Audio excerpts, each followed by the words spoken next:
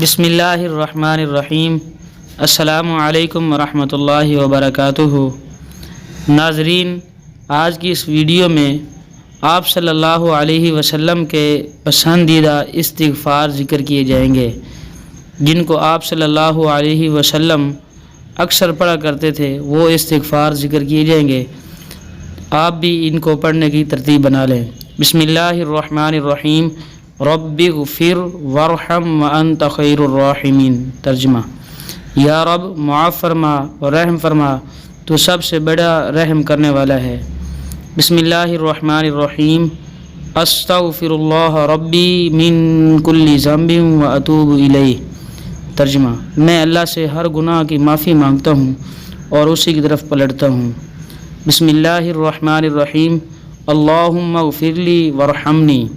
ترجمہ: اے اللہ مجھے معاف فرما اور مجھ پر رحم فرما۔ بسم اللہ الرحمن الرحیم۔